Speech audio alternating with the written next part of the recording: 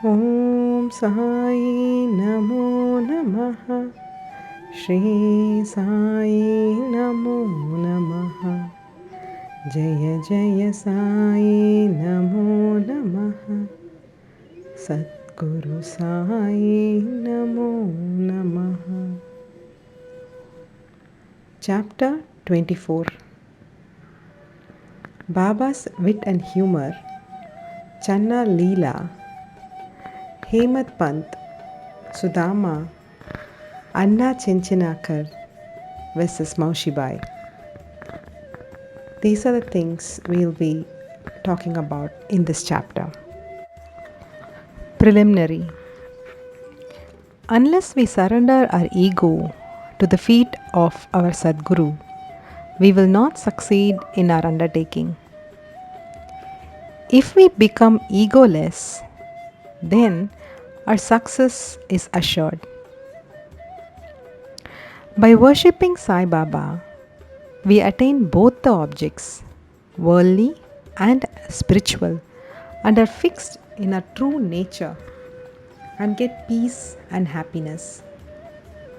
Therefore, those who want to accomplish or gain their welfare should respectfully hear Sai Baba's Leelas or stories and meditate on them. If they do this, they will easily attain the object of their life and get bliss. Generally, all people like wit and humor, but they do not like that jokes should be cut at their expense. But Baba's method was peculiar. When it was accompanied with good gestures, it was very interesting and instructive, and the people therefore did not mind, even if they were held up to the ridicule. Hemad Pant gives his own instance below. Channa Leela. In Shirdi, a special bazaar was held every Sunday, and people from the neighboring villages came there, erected booths and stalls in the open street, and sold their wares and commodities. Every noon, the masjid was crowded, but on Sunday it was crowded to suffocation. On one such Sunday, Hemad Pant sat in front of Baba, shampooing his legs and muttering God's name. Shama was on Baba's left, Vaman Rao to his right. Shriman Booty and Kaka Sahib Dikshit and others were also present there. Then Shama laughed and said to Anna Sahib, "See that some grain seems to have stuck to the sleeve of your coat."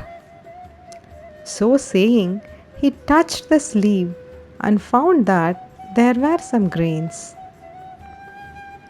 Hemad Pant straightened his left forearm to see what the matter was, and to the surprise of all, some grains of gram came rolling down and were picked up by the people who were sitting there. This incident furnished a subject matter for joke. Everybody present began to wonder and said something or other as to how the grains found their way into the sleeve of the coat and lodged there so long. Hemad Pant also could not guess. When nobody could give any satisfactory explanation in this matter, and everybody was wondering about this mystery, Baba said as follows: "This fellow, Anna Sahib, has got the bad habit of eating alone. Today is a bazaar day, and he came here chewing grams. I know his habit, and these grams are a proof of it. What wonder is there in this matter?" Hemad Pant said, "Baba, I never know of eating things alone. Then why do you shoulder this bad habit on me? I have never yet seen Shirdi Bazaar, I never went to the bazaar today. Then how could I buy grams and how could I eat them if I had not bought them? I never eat anything unless I share it with others present around me at the time of my meals. Baba said, "It is true that you give to the persons present, but if none be nearby, what could you or I do? But do you remember me before eating? Am I not always with you? Then do you offer me anything before you eat?" Moral. Let us mark and note carefully what Baba has taught us by this incident. He has advised us that before the senses, mind, and intellect enjoy their objects, first He should be remembered. And if this be done, it is in a way by making an offering to Him. The senses, etc., can never remain without their objects. But if those objects are first offered to the Guru, the attachment for them will naturally vanish. In this way, all the vrittis or subtle thoughts regarding desire, anger, avarice, etc., should first be offered and directed to the Guru. And if this practice be followed, the Lord will help you in eradicating all the vrittis. When before enjoyment of the objects, you think that Baba is present, the question whether the object is fit to be enjoyed or not will at once arise.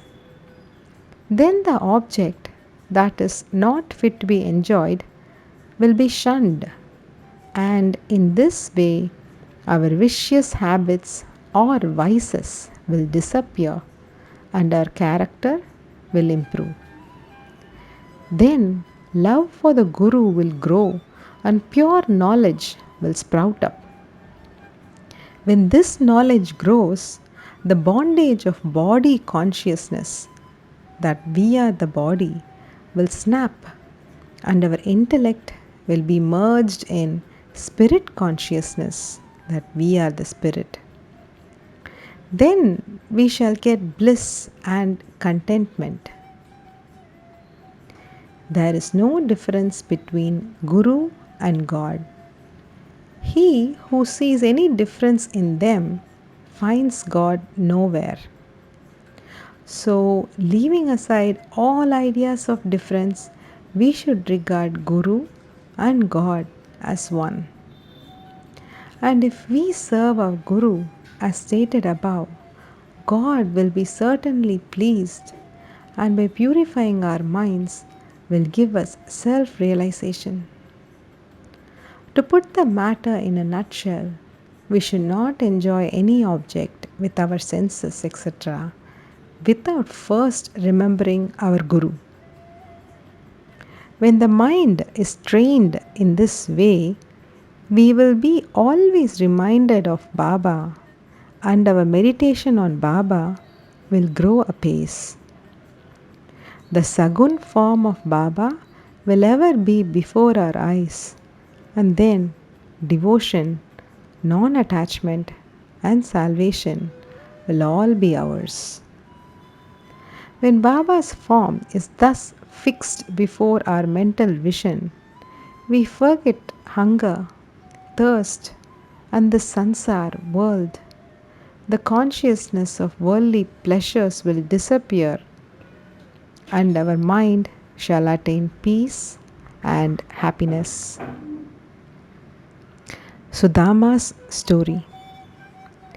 When the above story was being narrated, Hemad Pant was reminded of a similar story of Sudama, which illustrates the same principle, and therefore it is given here.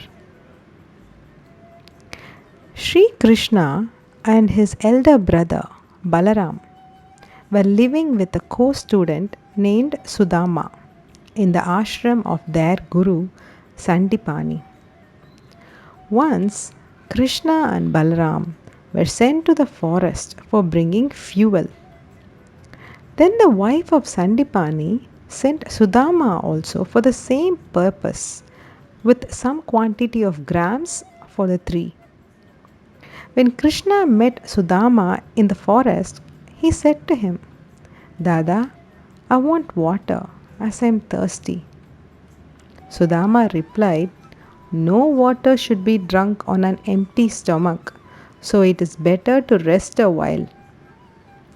He did not say that he had got grams with him and that Krishna should take some. As Krishna was tired, he lay down for rest on the lap of Sudama and was soon snoring. On seeing this, Sudama took out the grams and began to eat. Then Krishna suddenly asked him, Dada, what are you eating? What is this chitter chatter sound? He replied, what is that to eat? I am shivering with cold and my teeth are chattering. I can't even repeat Vishnu Sahasranamam. Hearing this, the omniscient Krishna said, I just had a dream in which I saw a man eating things of another. And when asked about this, he said, what dust should he eat? Meaning thereby that he had nothing to eat. The other man said, let it be so. Dada, this is only a dream. I know that you won't eat anything without me. Under the influence of the dream, I asked you what you were eating. If Sudama had known the omniscient Sri Krishna and his Leelas, he would not have acted as he did. Therefore, he had to suffer for what he did. Though he was a chum of Sri Krishna, he had to pass his later life in utter poverty. But when he later offered Krishna a handful of parched rice earned by his wife with her own labor, Krishna was pleased and gave him a golden estate to enjoy. This story should be remembered by those who have the habit of eating things alone without partaking them with others. The Shruti also emphasizes this lesson and asks us to offer things first to God and then enjoy them after they are renounced by Him. Baba also has taught us the same lesson in his inimitable and humorous way. Anna Chinchanikar vs. Maushibai. Hemad Pant now describes another witty incident in which Baba played a peacemaker's part.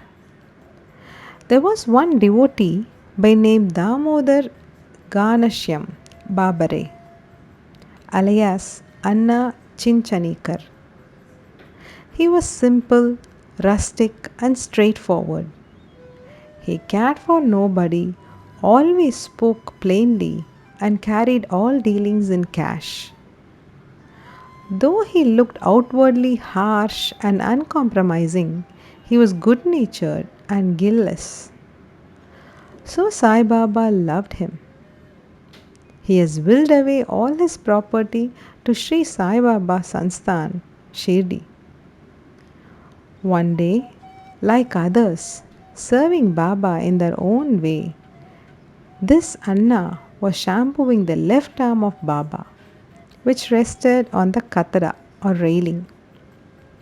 On the right side, one old widow named Venubai Kaujalgi, whom Baba called Mother and all others called Maushi Bai, which means mother's sister or aunt, was serving Baba in her own way. This Maushi Bai was an elderly woman of pure heart. She clasped the fingers of both her hands round the trunk of Baba and was at this time massaging Baba's abdomen. She did this so forcibly that Baba's back and abdomen became flat and Baba moved from side to side. Anna on the other side was steady, but Maushibai's face moved up and down with her strokes. Once it so happened that her face came very close to Anna's. Being of a witty disposition, she remarked, "Oh, this Anna is a lewd fellow. He wants to kiss me. Even being so old with grey hair, he feels no shame in kissing me." These words enraged Anna, and he pulled up his sleeves and said, "You say that I am an old bad fellow? Am I quite a fool? It is you who has picked up a quarrel with me." All the persons present there were enjoying this encounter between them. Baba, who loved both of them equally and wanted to pacify them, managed the affair very skillfully. Lovingly, he said, "Oh, Anna, why are you unnecessarily raising this hue and cry? I do not understand what harm or impropriety is there when the mother is kissed." Hearing these words of Baba, both of them were satisfied, and all the persons laughed merrily and enjoyed Baba's wit to their heart's content. Baba's characteristics, his dependency on Bhaktas. Baba allowed his devotees to serve him in their own way and did not like any other persons interfering in this. To quote an instance, the same Maushi was on another occasion kneading Baba's abdomen. Seeing the force used by her, all other devotees felt nervous and anxious. They said, "Oh, Mother, be more considerate and moderate. Otherwise, you will break Baba's arteries and nerves." At this, Baba got up at once from his seat and dashed his satka on the ground. He got enraged and his eyes became red like live embers. No one dared to stand before Baba. Then he took hold of one end of the satka with both hands and pressed it in the hollow of his abdomen. The other end he fixed to the post and began to press his abdomen against it. The satka, which was about 2 or 3 feet in length, seemed all ready to go into abdomen, and the people feared that the abdomen would be ruptured in a short time. The post was fixed and immovable, and Baba began to go closer and closer to it and clasp the post firmly. Every moment the rupture was expected, and they were all dismayed, did not know what to do, and stood dumb with wonder and fear. The other devotees wanted only to give a hint to the Maushi to be moderate in her service and not cause any trouble or pain to Baba. They were surprised to see that their well intentioned effort had resulted in this crisis, and they could do nothing but to wait and watch. Fortunately, Baba's rage soon cooled down. He left the satka and resumed his seat. From this time onward, the devotees took the lesson that they should not meddle with anybody but allow him to serve Baba as he chooses, as he was capable to gauge the merits and worth of the service rendered unto him. Bo to Sri Sai, peace be to all. Om